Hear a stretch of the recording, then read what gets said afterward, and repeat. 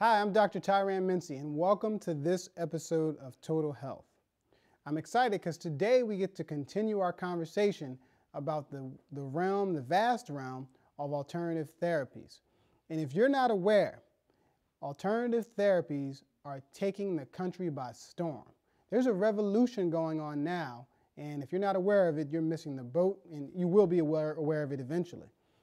A guy named Paul Pilzer did a recent study where he talked about what he thought would be sort of the next computer boom.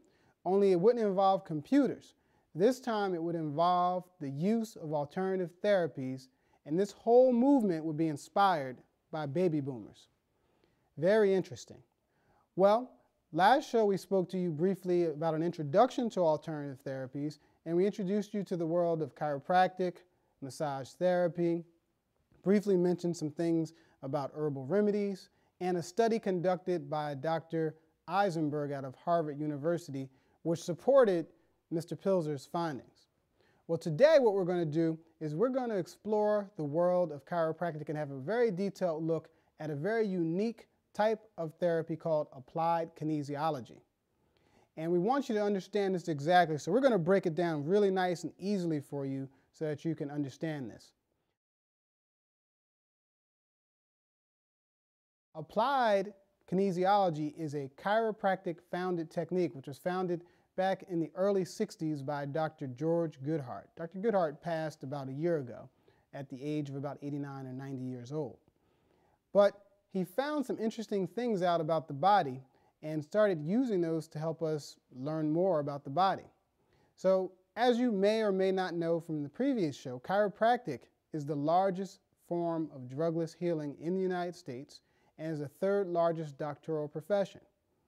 Well, the whole practice of chiropractic, when it was first founded, revolved around treating the spine to benefit the entire body by removing interferences between the brain and the rest of the body.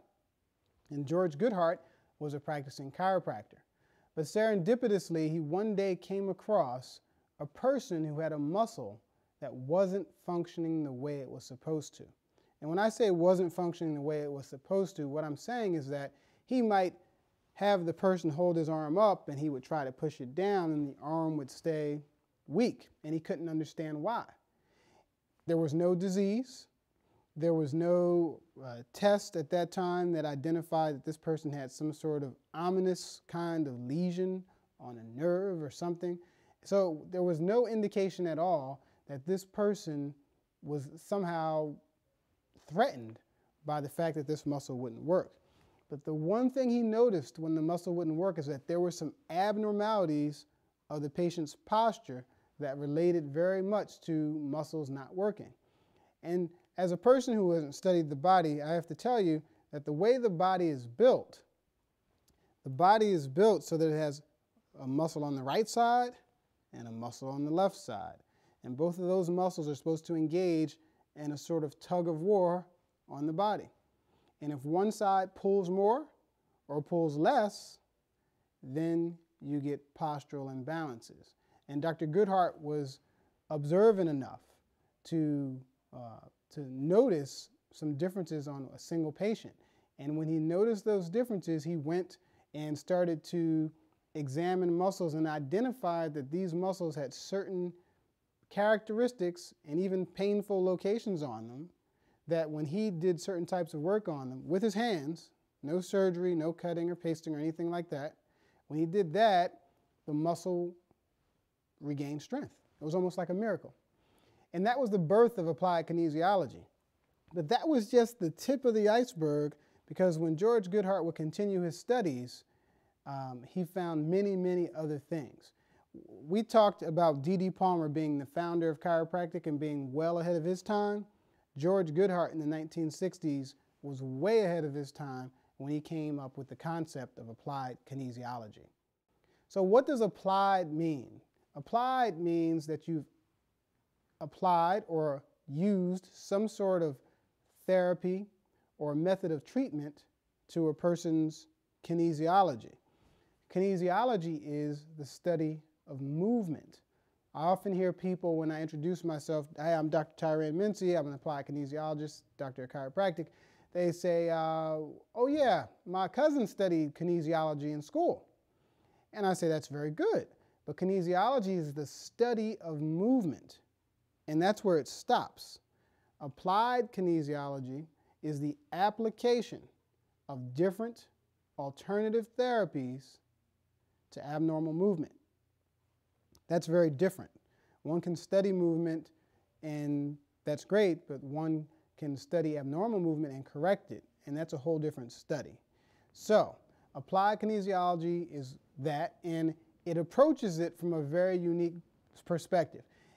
Historically, if we looked at working with physical therapy, or we looked at other types of modalities or other types of treatments for problems that people have with the body, those treatments, especially the ones that were muscle and skeletal, focused on the outside expression, which were the muscle and the skeletal expressions of abnormal function.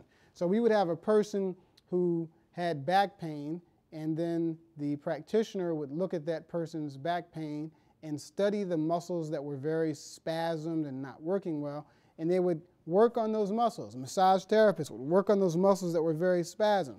Chiropractors typically would work on these spasm muscles. Physical therapists, they'll put electronic devices on the muscle and make it relax and put ice on it and heat on it and stretch it and do all kinds of things to this one muscle that was spasmed.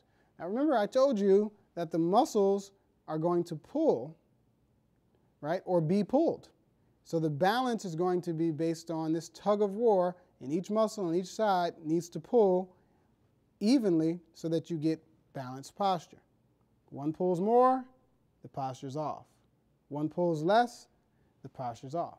So many times you'd have a physical therapist or someone who's working on the spasm muscle, doing things to it to get it to relax, and yeah, many times it would relax. But the applied kinesiology approach was to look at it differently. Instead of studying the muscle that was too tight or spasmed, we said, why don't you look at the weak one? So we studied the weak muscle, and we said, what can we do to make this weak muscle strong so that we can recenter the body? An idea ahead of its time. And when we started to look at things that way, we started to get resolutions of problems that wouldn't resolve anywhere else. But it gets even better. Dr. Goodhart's research continued, and he brought in many different fields into this applied kinesiology type of thing. Because applied kinesiology was going to be used as a diagnostic method, a method of telling what's wrong with a person, as well as a method of treatment. So now that we discovered that we could have a weak muscle that wouldn't function well, we then went and we looked at what else could cause the muscle to be weak, because everybody that had a weak muscle, when Dr. Goodhart did a therapy on it, it didn't respond. So he thought there has to be something else that's making these muscles weak.